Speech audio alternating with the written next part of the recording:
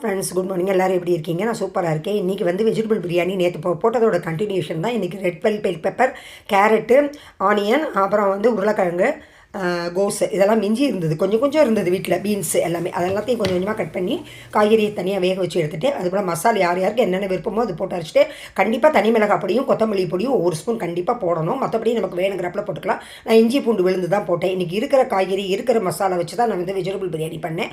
சாதத்தை வந்து குக்கரில் வந்து அஸ் யூஷுவல் வந்து பொலப்பொலான்னு வடித்து நல்லா உதுத்து உப்பு போட்டு நல்லா நெய் ஊற்றி எடுத்துக்கிட்டேன். இன்றைக்கி 150 கிராம் ரைஸுக்கு வந்து கிட்டத்தட்ட வந்து 100 நெய் ஊற்றியிருப்பேன்.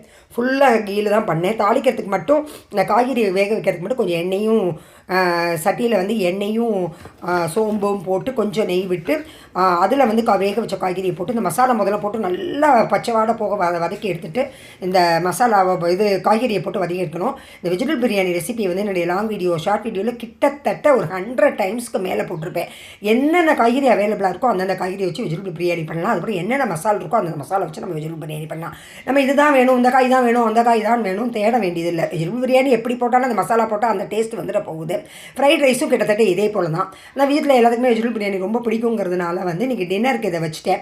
அதே போல் காலிஃப்ளவர் முதல்ல நல்லா குட்டி குட்டியாக எடுத்துகிட்டு அதை வந்து உப்பு மஞ்சள் பொடி தண்ணியில் கொஞ்சம் நேரம் ஊற வச்சுட்டு கொஞ்சம் நேரம் வேக வச்சு அதை வந்து தனியாக ரோஸ்ட் பண்ணி எடுத்துகிட்டேன். ஆனியன் ரைத்தா இன்றைக்கி வந்து வெஜிடபிள் பிரியாணி வந்து டிஃப்ரெண்ட்டாக ஒரு பேனில் பண்ணேன். முதல்ல ஒரு குட்டி பேனில் பண்ணிவிட்டு அப்புறம் ஒரு பெரிய பேனில் மாற்றிட்டு இலுப்பு சட்டி எடுத்துகிட்டேன். இலுப்பு சட்டி இல்லாமல் இந்த குட்டி பேன் இதிலேயே வச்சு நல்லா சூப்பராக இன்றைக்கி வெஜிடபிள் பிரியாணி பண்ணியாச்சு. என்னென்ன நமக்கு வந்து இருக்கோ அந்தந்த சாமானை வச்சுட்டு அதை வச்சு அதுக்கேற்றாப்பில் பண்ணிடுவேன். நான் இதுதான் வேணும், அதுதான் வேணும், இது இருந்தால் தான் பண்ண முடியும், அது இருந்தால் தான் பண்ண முடியும் அப்படிலாம் நான் தேடிக்கிட்டே இருக்க மாட்டேன். ஏன்னா நான் ஒர்க்கிங் உமனாக இருக்கிறதுனால கையில் என்ன கிடைக்கிறதோ அதை வச்சு தான் நான் ஒரு குக்கிங் முடிப்பேன்.